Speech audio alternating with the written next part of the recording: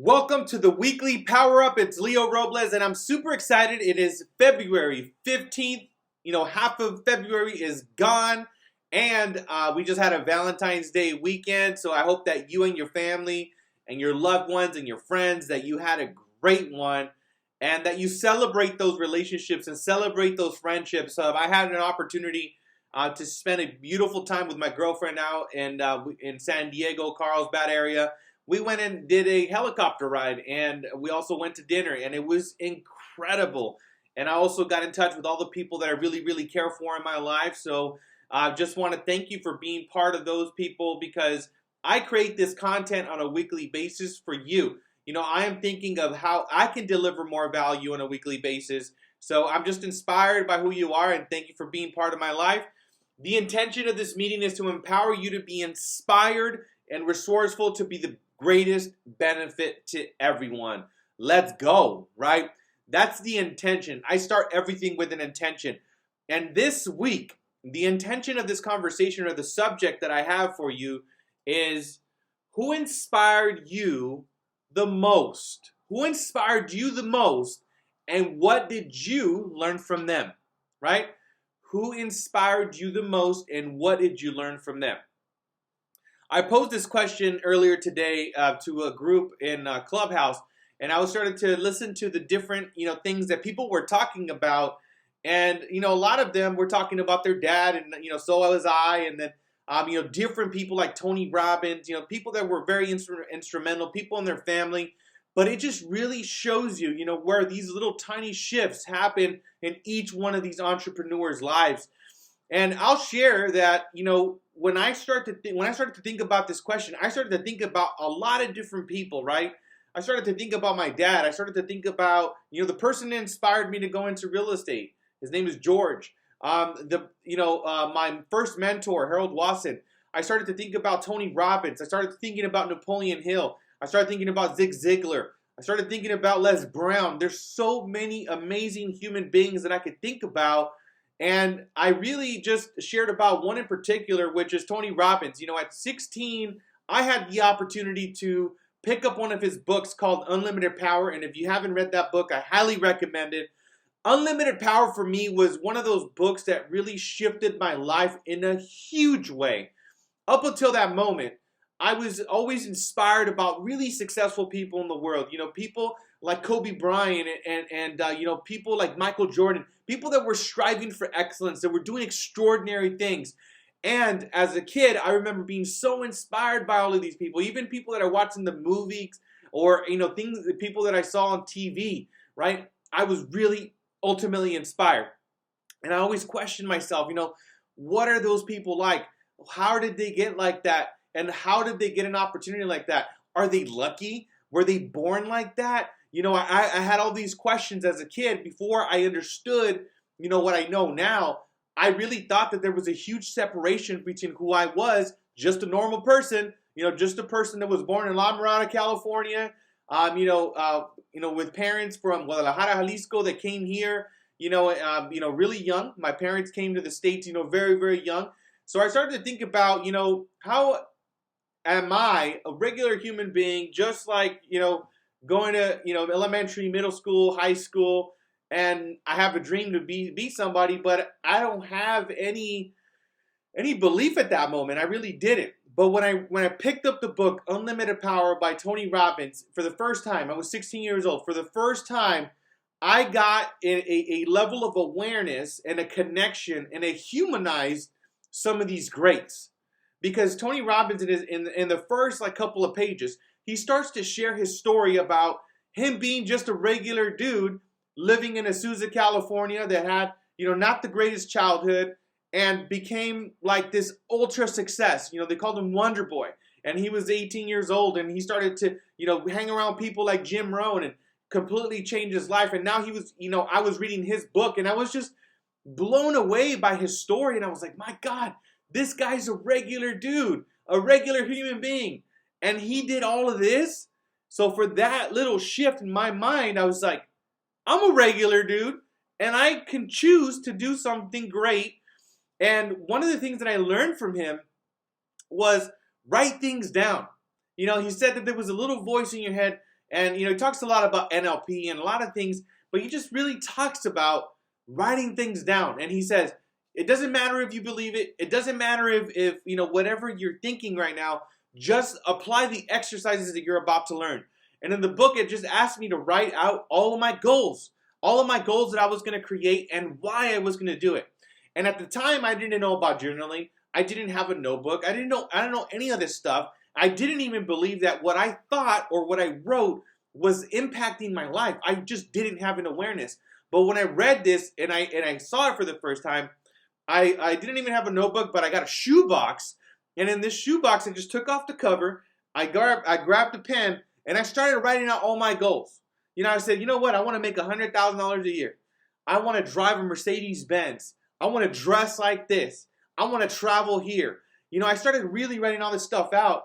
And I looked at the shoebox and I'm like, this is insane. Like, how is this going to happen? Like, I'm here chilling in my bedroom in Paris, California. And, I'm like, this young kid, barely, I don't even know what I want to do with my life. I don't even know where I'm going. I haven't even found what I wanted to do with my life yet. I don't even know if I want to go to college. Like, I just had all these thoughts. I'm trying to piece myself up together. When I read this, I wrote it down, and I did not believe that I was actually going to do it. I even forgot about this shoebox. I put the, shoe cover, I put it in my closet, and it stayed there for a couple of years. When I was 18 years old, I got my real estate license, and I went into real estate.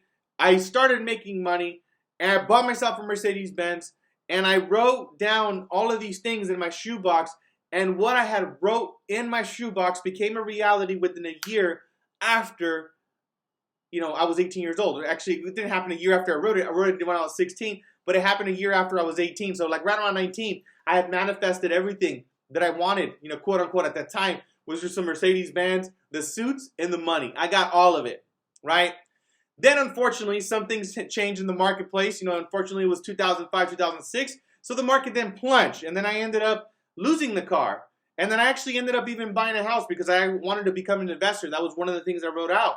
Well, guess what? I got the house, but again, I bought it at the wrong time, and I didn't know anything about real estate. I didn't know anything about time management, and that house declined, 50% value. So I had no other choice at the time that I knew about. So I let the house go, repossessed the car. I fell into like a huge depression, and that was it. I just got out of the business for about a year, and I thought that I was done at that moment. I just thought, you know what? Everything I learned about in this Tony Robbins book and writing all these things down, you know what? Like, yeah, you could do these things, but, now everything had been taken away from me at that point that I thought it was everything. And I said, you know what? This personal development stuff doesn't work. This shit sucks. Like, how is it that I could say something and I actually believed that I could do it, and now I'm here having lost everything? Like, of course I'm going to lose everything. Like, I'm not a special person. So I fell into that trap for about a year. A year of me, like, just beating myself up, being depressed, being depressed. I stopped working out. I stopped reading. I stopped believing. I stopped dreaming. I stopped, like, everything. And I just literally survived for about a year and 2 months. I just wouldn't survive. I just wanted to keep my cell phone on. I would get out of bed late. I would be depressed. I would be sad. I didn't want to talk to anybody. And I just got to the point where I got sick and tired of complaining about life. That's really what happened. I was sitting in my truck with my dad, and I was like talking to him, and he was sharing with me about life and stuff and what had happened, because he had gone through a lot right there in that moment as well. And I was just like, man, I'm just tired. Like, I don't want to do this anymore. Like, this sucks. And I remember just like my dad just said, well, just keep going. Like, things happen. You get up and you get down. Like, you rise and you fall. That's just part of life. You just don't understand it yet. And I just got so emotional at that moment. And I just really, like, just sat there. I was depressed, and I was like, you know what, Dad? I promise you that I will never, ever let this happen to our family again. I'm going to make it my responsibility to get us out of this. And I was like so like moved, and I didn't even know how I was going to do it, but I was buying materials a week later at this Home Depot for a new job that we were going to do, because I was doing construction temporarily just to put money in my pocket.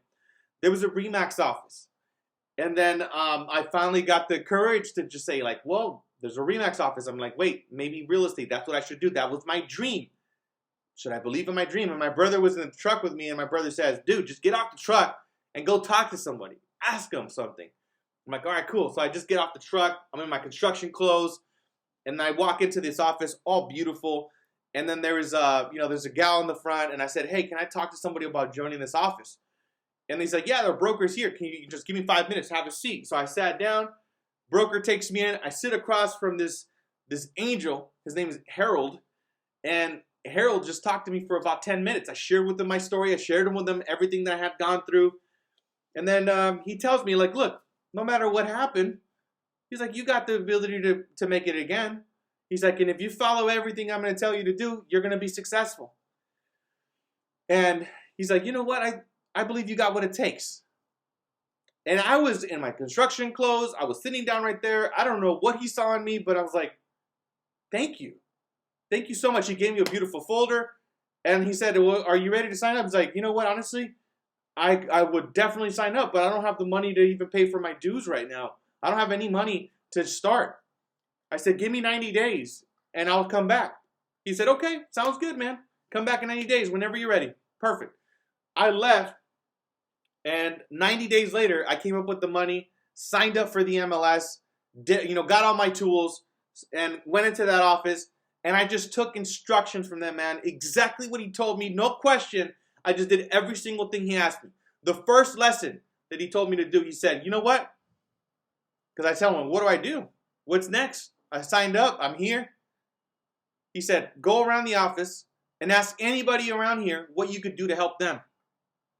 So I took the time, did that, and I bumped into somebody that had a bunch of REOs, and he said, hey, the banks are forcing me to do open houses. Do open houses for me, please. I need help. I said, perfect. I'll do that. I don't have signs. He said, borrow mine. So that became my one goal.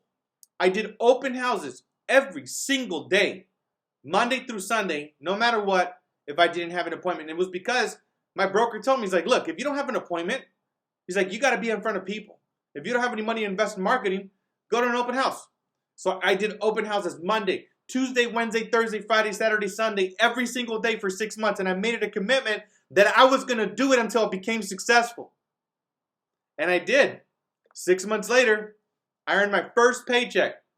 It was whopping $254. I owed Remax 6 months of dues. I owed my broker some money because he had to let me borrow some money like 6 months into it because I was running out of gas, literally. And I closed my first deal, paid up all my dues, paid him up, paid him back, and I was positive $254. But what happened in those 6 months is that I became a new man. I had new habits. I showed up to the office every single day. I was doing my prospecting every single day. I treated my real estate practice as a business. And I really treated it like that. And 6 months later, I became Rookie of the Year. And then my business started to kaboom. I went to 40 transactions the next year. And then next year I doubled up and I went to 80 transactions. And next year I doubled up and then went to 100. So it just kept going up from there. I just want to share that with you because the people in your life that are showing up, the people that are in your life right now, they got something to give you and something to gift you. You just need to pay attention to what that gift is. If you act on that gift, your life will change, right? And I'm pretty sure that that person's already in your life right now. So take direction, take action. And again, I'm going to leave you with this question. Who inspired you the most and what did you learn from them? And I would love for you to share. Send me an email, send me a text, send me an Instagram, send me a Facebook. I would love for you to share what that is because I'm really interested in knowing what that is because for me, there's been so many people in my life that inspired me and changed my life. But I would love to know who that person was for you and what did you learn from them. Thank you so much for listening. Create a great day.